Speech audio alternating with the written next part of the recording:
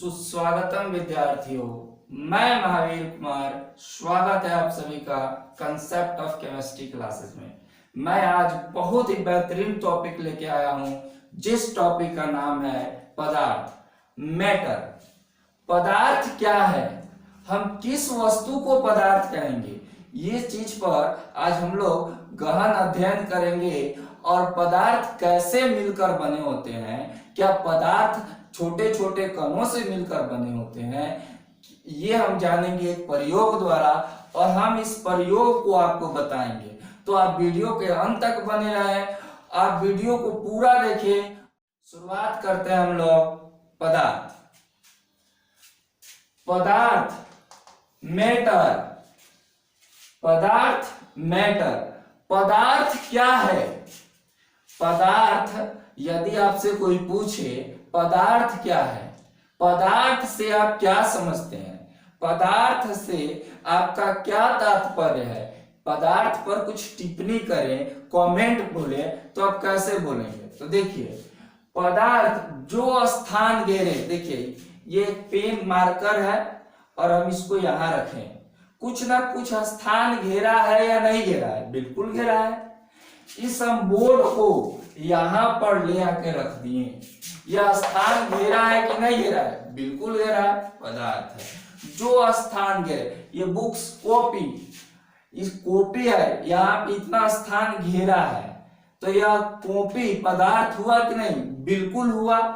उसके बाद हम आपको बता सकते हैं, कोई चीज ले लें, एक यदि हम ये फूल के बारे में भी कहें तो यह भी स्थान घेरा है, यह पदार्थ है। तो देखिए, जो स्थान घेरा है। दूसरा बात, जिसमें द्रव्यमान हो, द्रव्यमान मतलब वजन, तो वजन बताइए इस बोर्ड में होगा कि नहीं? कुछ ना कुछ होगा कि नहीं होगा? जरूर होगा। आधा केजी होगा, 1 केजी होगा, 2 केजी होगा। इस मार्कर का वेट कुछ ना कुछ होगा या नहीं होगा? बिल्कुल होगा। लगभग 10 ग्राम होगा, 15 ग्राम होगा, 20 ग्राम होगा। इस कॉपी के लेते हैं, तो इस कॉपी में कुछ ना कुछ भार होगा अथवा नहीं होगा? बिल्कुल होगा। या तो यह 100 ग्राम का होगा, या 150 ग्राम का होगा, या 200 ग्राम का होगा। तो इसमें कुछ ना कुछ भार है अथवा नहीं है। उसके बाद जिसमें आयतन हो, तो अब जरा गौर कीजिएगा, इस जगह ये स्पेस जो है, यहाँ अगर यदि कोई चीज खाली जगह पर रखा जाए तो उसको हम आयतन बोलते हैं। क्या बोलते हैं? आयतन। तो क्या हम यहाँ पे इसका, इस पदार्थ में कोई आयतन है अथवा नहीं है? बिल्कुल है। यदि हम इसमें पूछे तो आप गौर कीजिए, इसमें आयतन है कि नहीं? बिल्कुल है। इसमें एक लगा हुआ है, यहाँ भी आयतन है। तो यह पदार्थ हुआ कि नहीं हुआ? बिल्कुल हुआ। जिसमें कुछ ना कुछ आयतन हो, द्रव्यमान हो, और तीसरा बात, जो रुकावट पैदा करे, अवरोध। जैसे देखिए, हमने इस मार्कर को लिया, एक यहाँ पे, एक यहाँ पे, देखिए हम इसको खूब तेजी से दबा रहे हैं, ये रुकावट पैदा कर रहा अथवा नहीं कर रहा है? कर रहा है। ये रुकावट पैदा कर रहा है। अगर हम इस दीवार को धक्का मारने के लिए सोचिए, तो देखिए यहां मार रहे हैं, तो रुकावट पैदा कर रहा है कि नहीं? बिल्कुल कर रहा है। यहां देखिए, हम इस चीज को ऐसे पकड़ के खींच रहे हैं, क्या रुकावट पैदा कर रहा है अथवा नहीं कर रहा है? कर रहा है। तो इसमें द्रव्यमान भी है, इसमें यह स्थान भी घेर रहा है, और यह रुकावट भी पैदा कर रहा है। अर्थात हम वे सभी पदार्थ, वे सभी वस्तुओं को पदार्थ कहेंगे जो स्थान घेरे, जिसमें द्रव्यमान एवं आयतन हो, और जो रुकावट पैदा करे, उसे हम पदार्थ कहेंगे। पदार्थ किसे कहते हैं? गौर से सुनिएगा। वे सभी वस्तुएं जो स्थान घेरे, जिसमें द्रव्यमान हो तथा आयतन भी हो, एवं जो अवरोध उत्पन्न करे, उसे हम पदार्थ कहते हैं। पदार्थ किसे कहते हैं? तो वे सभी वस्तुएं जो स्थान घेरे, जिसमें द्रव्यमान एवं आयतन हो, और एवं जो रुकावट पैदा करे, अवरोध उत्पन्न करे, उसे हम पदार्थ कहते हैं। जैसे जैसे में टेबल, एक टेबल को यदि हम यहाँ रख दें तो आप ही बताइए क्या यहाँ जगह छेकेगा कि नहीं छेकेगा, स्थान घेरेगा कि नहीं घेरेगा, बिल्कुल घेरेगा। तो यह टेबल पदार्थ है। ईंट, यदि एक ईंट को हम यहाँ रख दें तो वह स्थान घेरेगा कि नहीं घेरेगा, बिल्कुल घेरेगा। आप ही बताइए क्या ईंट में वजन नहीं होता है, होता है, वजन होता है। उसके बाद में पुस्तक, पुस्तक को यदि हम अपने स्टडी टेबल पर रखकर पढ़ने बैठते हैं तो वह स्थान छेकता है कि नहीं छेकता है, छेकता है। उसमें कुछ ना कुछ वजन होता है कि नहीं होता है, बिल्कुल होता है। पुस्तक को यदि हम ऐसे दबाएं, इस पे फोर्स डालें तो वह अवरोध उत्पन्न करेगा कि नहीं करेगा, करेगा। तो पुस्तक पदार्थ हुआ कि नहीं, बिल्कुल हुआ। तीसरा दीवार, दीवार देखिए यहाँ पे यह स्थान घेरा है, स्थान घेरा है। उसके बाद में यदि हम इसको दबाए तो यह रुकावट पैदा कर रहा है कि नहीं, बिल्कुल कर रहा है। रुकावट, इसमें कुछ द्रव्यमान होगा कि नहीं होगा, बिल्कुल होगा। तो दीवार पदार्थ है कि नहीं, बिल्कुल है। तो दुनिया में आप जितने सारे वस्तु देखिए जो रुकावट पैदा करे, जो स्थान घेरे, जिसमें द्रव्यमान हो और जिसमें आयतन हो, वे सभी पदार्थ, वे सभी वस्तु पदार्थ कहलाएंगे, वे सभी वस्तु पदार्थ कहलाएंगे। दूसरा लाइन यहाँ पर दिया है कि पदार्थ छोटे छोटे कणों से मिलकर बना होता है।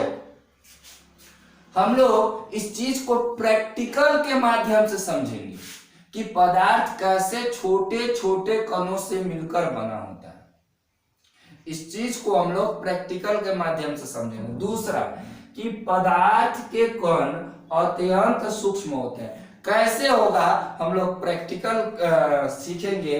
चलते हैं हम लोग प्रैक्टिकल की ओर।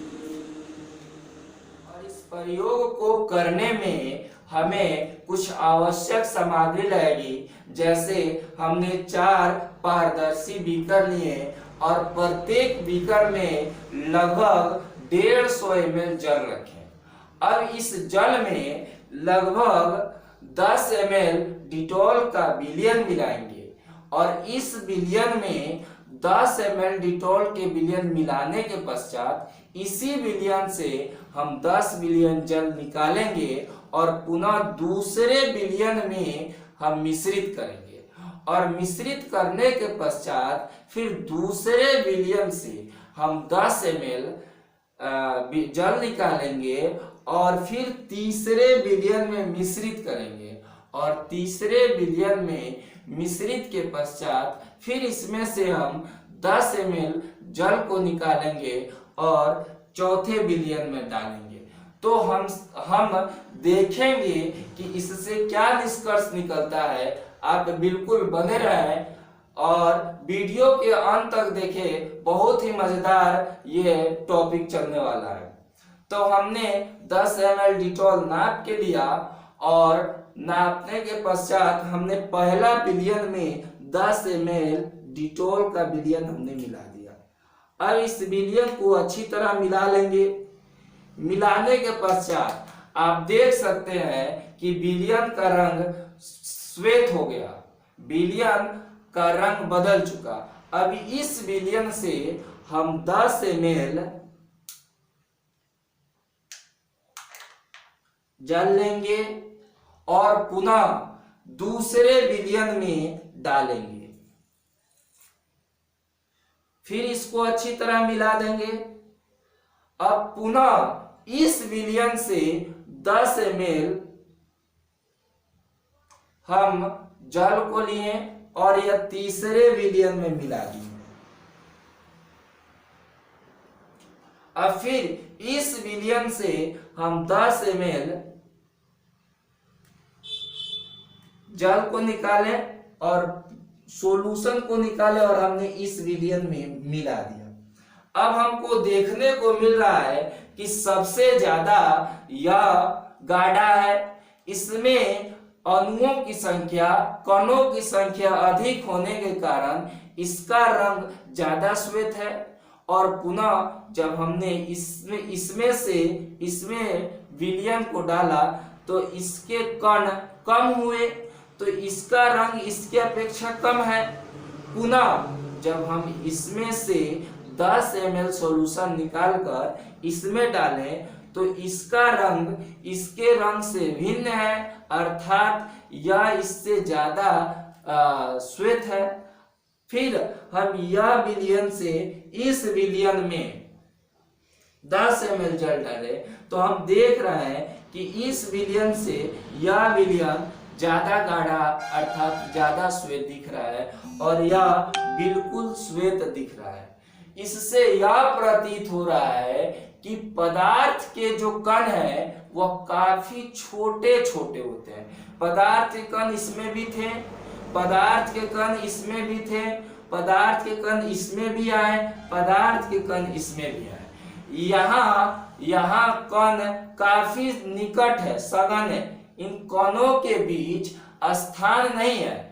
फिर जब इसमें से हम इसमें निकालें तो इन कणों के बीच स्थान बढ़ गया और यह विरल हो गया, यह सघन हो गया। फिर इनमें से हम इसमें रखें तो इन कणों के बीच का डिस्टेंस और बढ़ गया, जिसके कारण यह उदासीन दिखने लगा इसके अपेक्षा। पुनः जब हम इसमें से इसमें जल को डालें तो इससे यह प्रतीत हुआ कि हमें यह देखने को मिला कि जल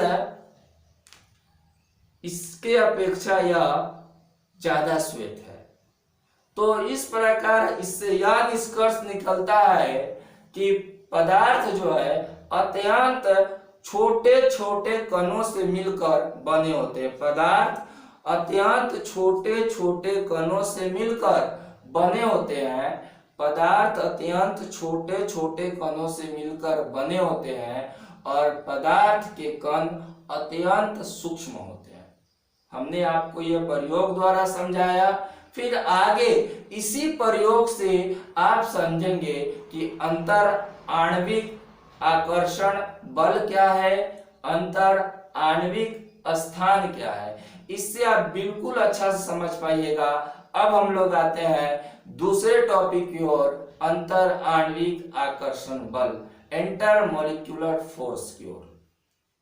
अभी हम लोग तुरंत प्रयोग किए हैं और प्रयोग से हम लोगों का यह निष्कर्ष निकला है कि पदार्थ छोटे छोटे कणों का बना होता है। पदार्थ जो है कणों से मिलकर बना होता है और पदार्थ के कण अत्यंत सूक्ष्म होते हैं। जैसे बोर्ड पर दिखाया गया है, पहला बीकर हम लोग देखें तो उसमें अणु की संख्या काफी ज्यादा था, कणों की संख्या काफी ज्यादा था। पहला बीकर जब हम लोग देखे तो उसमें कणों की संख्या बहुत अधिक था।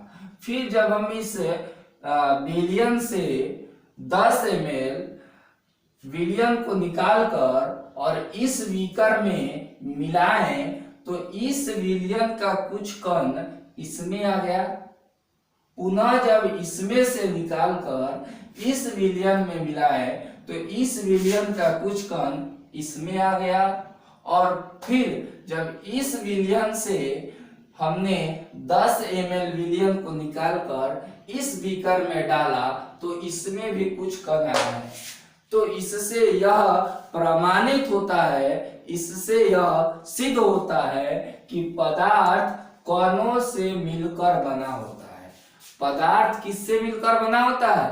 कणों से मिलकर बना होता है। दूसरा नंबर बात कि पदार्थ के कण अत्यंत सूक्ष्म होते हैं।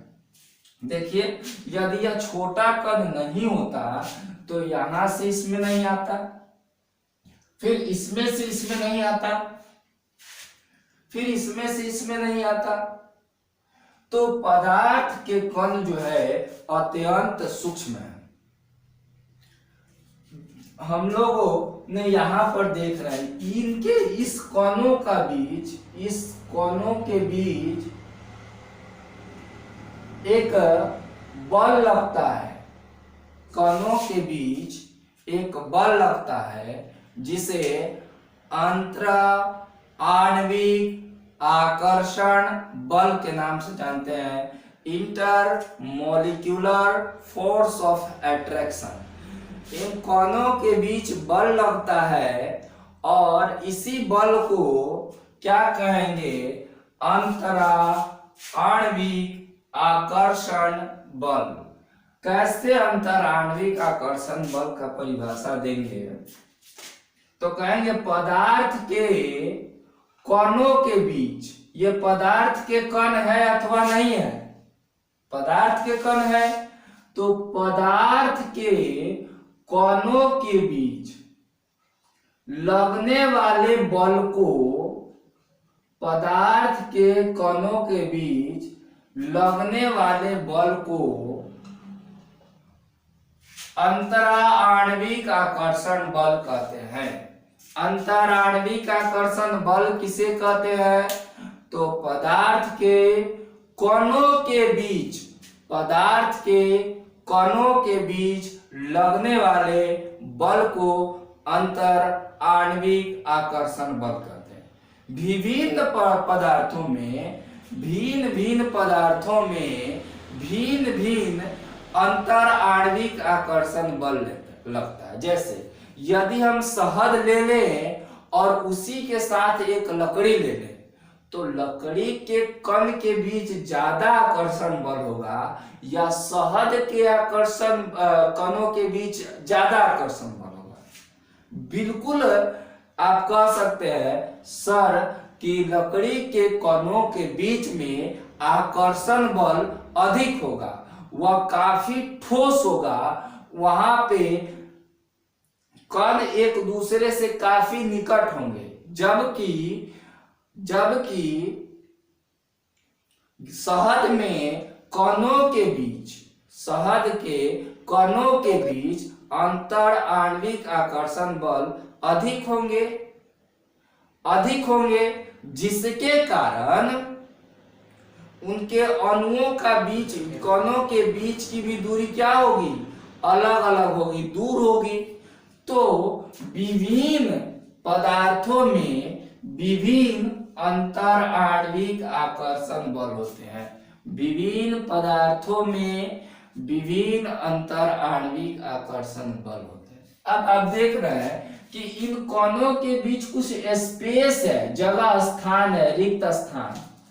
इन कणों के बीच कोई रिक्त स्थान है, इन कणों के बीच कोई रिक्त स्थान है, दिख रहा है, यहां भी रिक्त स्थान है, यहां भी रिक्त स्थान है।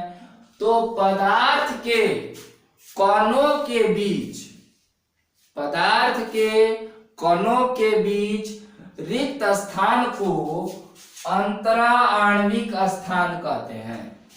रिक्त पदार्थ के कणों के बीच रिक्त स्थान को अंतरा आणविक स्थान कहते हैं, इंटरमॉलिक्यूलर फोर्स। अब देखिए विभिन्न पदार्थों में विभिन्न अंतर आणविक स्थान होते हैं। यदि आप लकड़ी के कणों के बीच का बात करें तो वह काफी समीप होता है, वह काफी सटा होता है, और यदि जल के कणों का बात करें तो वह काफी दूर दूर होता है, और यदि गैस के कणों का बात करें तो जल से दूर दूर होता है कि नहीं। तो सबसे ज्यादा स्थान किसमें होगा, गैस के कणों के बीच। सबसे ज्यादा सबसे कम स्थान किसके बीच होगा, तो लकड़ी के कणों के बीच। तो आज हम लोगों ने सीखा कि पदार्थ क्या है, पदार्थ का निर्माण कैसे होता है, क्या पदार्थ में कण होते हैं, पदार्थ के कण अत्यंत सूक्ष्म होते हैं, और अंतर आणविक आकर्षण बल और अंतर आणविक स्थान। हम लोगों ने ये टॉपिक सीखा प्रयोग के साथ। मुझे बिल्कुल भरोसा है कि आप लोगों को यह टॉपिक बिल्कुल समझ में आया होगा। अगर वीडियो अच्छा लगा हो तो सब्सक्राइब कीजिए, शेयर कीजिए, लाइक कीजिए और वीडियो को ज्यादा से ज्यादा शेयर कीजिए। Thank you for watching this video.